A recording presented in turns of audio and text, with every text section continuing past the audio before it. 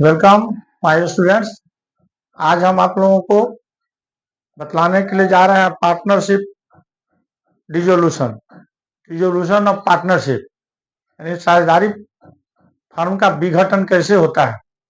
अभी तक आपने पढ़ा था, अभी तक आप लोगों को मैंने बतलाया था admission of partner, retirement of partner, death of partner को अभी हमने बतलाया है। ठीक उसी तरह से होता है जैसे रिटायरमेंट ऑफ पार्टनर होता है।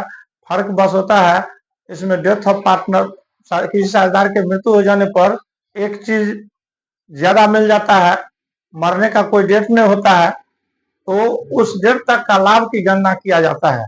उसको हम बाद में बताएंगे। अभी हम डिसोल्यूशन ऑफ पार्टनरशिप पर बतलाने के लिए जा रहे हैं। डिसोल्यूशन ऑफ पार्टनरशिप फर्म, साझेदारी फर्म का विघटन।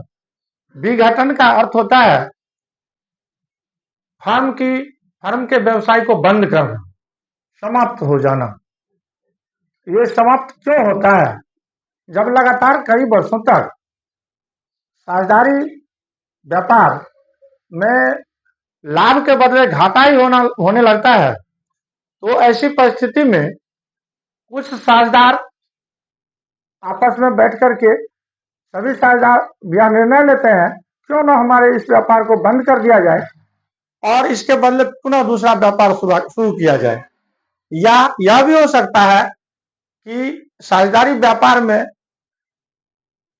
2-3 साझेदार हैं, जिसमें से 2 साझेदार दिवालिया हो जाते हैं, तो दिवालिया हो जाने पर साझेदारी फर्म का जो भी देनदारियां होता है, साझेदारी फर्म की संपत्तियों को बेच करके भी भुगतान नहीं करने योग्य रह जाता है, तो ऐसा निर्णय लिया जाता है कि साझेदारी व्यापार को अब बंद कर दिया जाए या इस व्यापार को बंद करके किसी दूसरे व्यापार को स्थापित किया जाए।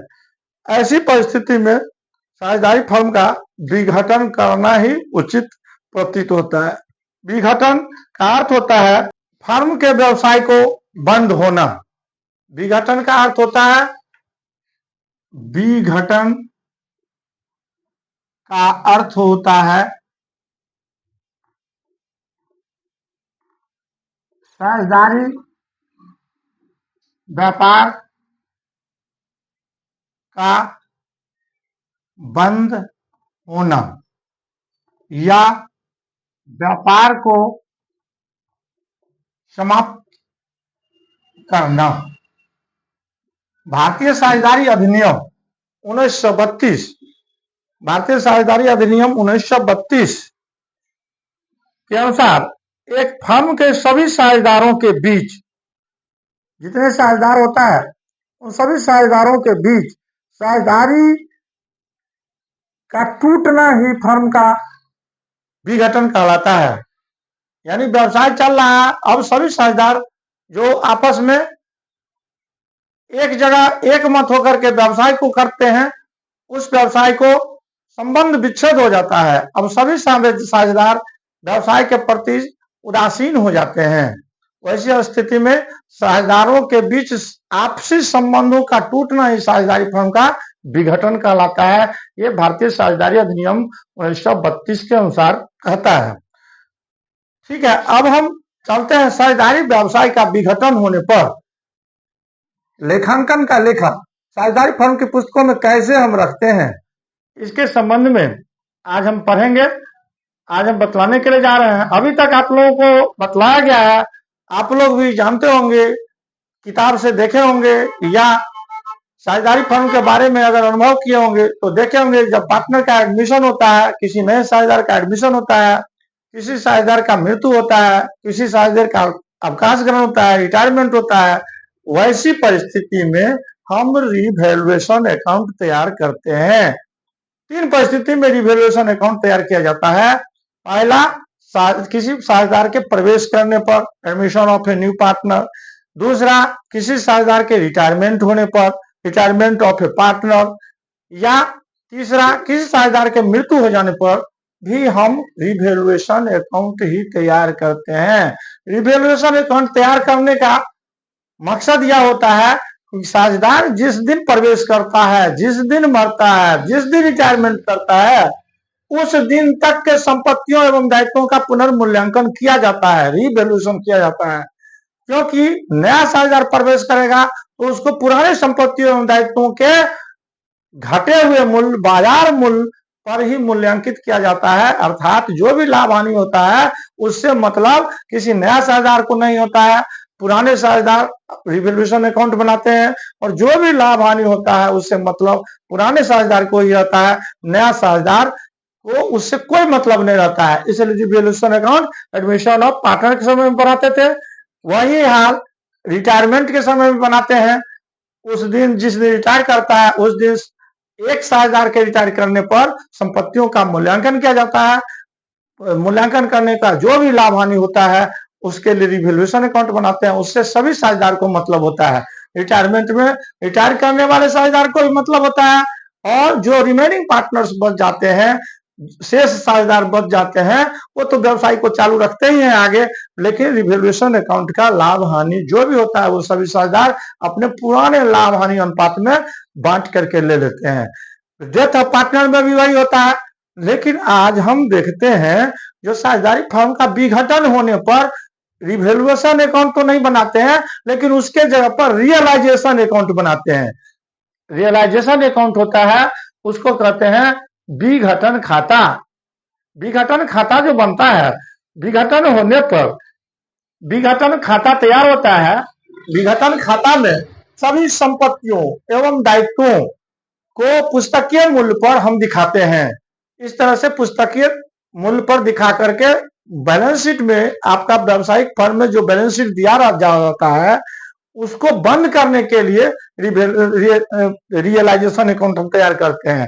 रियलाइजेशन अकाउंट में कैसे हम लेखा करते हैं उसके संबंध में हम देखते हैं कि सर्वप्रथम रियलाइजेशन अकाउंट जो तैयार करते हैं उस रियलाइजेशन अकाउंट में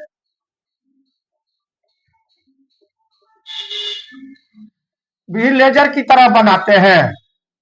इस लेजर के दो भाग करते हैं। जैसे लेजर बनाते थे वैसे ही लेजर बनाते हैं। Debit side, credit side, particulars,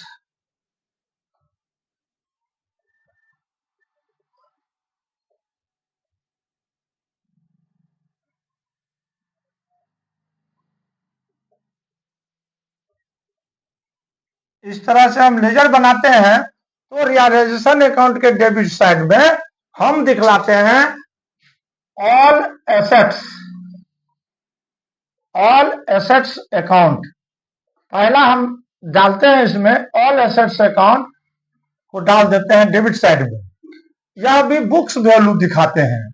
books value, books value पर हम दिखाते हैं एक्सेप्ट, एक्सेप्ट कैश को छोड़ करके, कैश या बैंक को छोड़ करके, कैश या बैंक को छोड़ देते हैं। All assets account book value पर हम दिखा देते हैं ए बी सी डी जो भी जो हो संपत्ति उसको हम दिखा देते हैं। उसी तरह से इसका हम जर्नल कर लेते हैं। जर्नल एंट्री जब हम करते हैं तो देखते हैं generalized in the books of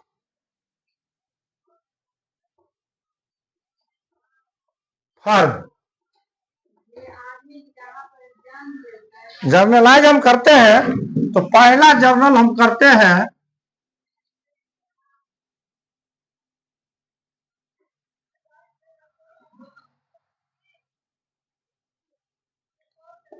पहला जर्नल हम करते हैं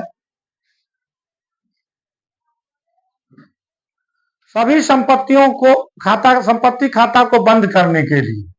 सभी संपत्ति खाता को बंद करने के लिए बताए हैं वहां पर हम realisation account DR to all assets, all assets account except cash को छोड़ करके। कैश को हम नहीं लेते हैं यहाँ पर। उसके बाद दूसरा लेखा हम करते हैं, फिर हम उसी तरह से उल्टा लेखा करते हैं दायित्व के खाता को बंद करने के लिए। बाहरी दायित्व, जो भी बाहरी दायित्व होता है उसको बंद करने के लिए हम बनाते हैं by external liabilities account, external liabilities account. इसमें पहला होता है क्रेडिटर्स, बाहरी दायित्व है। दूसरा होता है अगर अगर बैंक लोन है तो बैंक लोन अकाउंट। अगर किसी पार्टनर्स का लोन दिया हुआ है तो पार्टनर्स लोन अकाउंट। ये सभी बाहरी दायित्व को हम कर देते हैं भुगतान, माने खाता को बंद कर देते हैं। External liabilities account. पुस्तकीय मूल्य पर यह भी होता है बुक्स वैल्यू, बुक्स वैल्यू। अब हम देखते हैं तीसरा जनरल हम करते हैं, इन संपत्तियों को हम बेचते हैं, बेच करके ही इन दायित्वों को भुगतान किया जाएगा। तो इन संपत्तियों को बेचने के लिए हम करते हैं बाय कैश या बैंक अकाउंट। बेचने पर, संपत्तियों को बेचने पर जो मूल्य बाजार मूल्य पर प्राप्त होता है, उस बाजार मूल्य पर इसको हम दिखा देते हैं जोड़ करके। अगर मान लिया जाए यहाँ पर संपत्ति है मशीनरी, यहाँ पर संपत्ति है लैंड एंड बिल्डिंग, यहाँ पर संपत्ति इन्वेस्टमेंट है, डेबिटर्स है, तो इसको हम सब जो रियलाइज किया जाता है, जो वैल्यू जितना पर बाजार मूल्य पर बेचा जाता है, सभी मूल्य को जोड़ करके प्लस करके सबको एक जगह दिखा देते हैं बैंक का रियलाइजेशन कैश अकाउंट या टू रियलाइजेशन अकाउंट करके हम लिखा करते हैं। अब हम देखते हैं ये बाहरी दायित्व जो होता है इसको हम पेमेंट देते हैं, तो इसको हम दिखलाते हैं टू कैश अकाउंट या बैंक अकाउंट। इसको हम पेमेंट मेड करते हैं, पेमेंट मेड।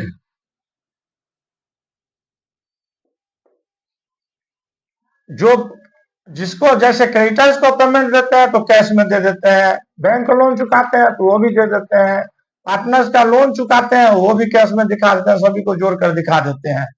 अब हम ये जो रियलाइजेशन अकाउंट तैयार करते हैं, संपत्तियों को और दायित्वों का जो हम विघटन पर लेखा करते हैं, उसमें हमको रियलाइजेशन एक्सपेंसेस भी भुगतान करना पड़ता है। अगर फर्म रियलाइजेशन पर जो भी खर्चा होता है खर्च करता है तो वो भी हम दिखाते हैं to cash account, realisation expenses account. यह भी पेमेंट हम दे देते हैं। अब हम देखते हैं यहाँ पर बाहरी दायित्व का तो भुगतान हो ही गया है, रियलाइजेशन खर्च का भुगतान हो ही गया है। अगर कोई संपत्ति नगद नहीं बेचा जाता है, जैसे पहला था लैंड एंड बिल्डिंग, पुस्तकीय मूल्य पर, यहाँ पर था बुक्स वैल्यू पर, बुक्स वैल्यू। यहाँ पर मशीनरी भी था, उसके बाद डेबिटर्स भी था, उसके बाद इन्वेस्टमेंट भी अगर हो, इन्वेस्टमेंट भी हो, इन सभी को पुस्तकीय मूल्य पर दिखलाते थे। संभव है किसी संपत्ति को नगद नहीं बेचा जाए। अगर मान लिया जाए यह लैंड है या ये मशीनरी है, इसको न बेच करके कोई साझेदार को अगर मन है, कोई साझेदार चाहता है जो बाजार मूल्य कम मिल रहा है तो क्यों ना हम उसे ग्रहण कर लें, तो ऐसी परिस्थिति में जो साझेदार जिस संपत्ति को ग्रहण कर लेते हैं उसे लिख देते हैं ग्रहण करने वाले साझेदार के partners capital account.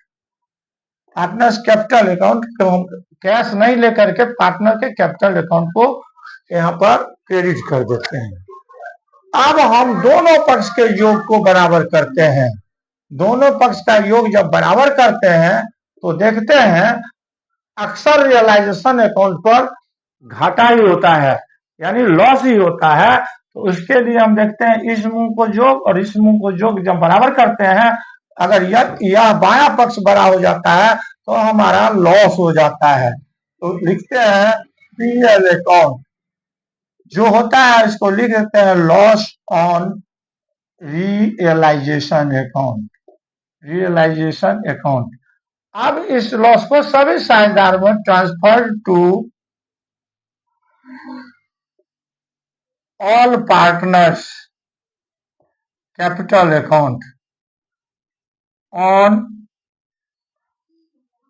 PL ratio, on PL ratio. यहाँ तो किसी का एडमिशन नहीं होता है, न कोई साझेदार बचता है, खाता तो बंद हो जा रहा है, व्यापार की समाप्ति होने जा रही है। इसलिए यही पीएल रेशियो में इस सभी साझेदारों में बांट देते हैं, एक्स वाई जेड जो भी साझेदार रहे इनको बांट करके अब हम रियलाइजेशन अकाउंट को बंद कर लेते हैं और ये ट्रांसफर हो जाएगा transfer to all partners capital account में।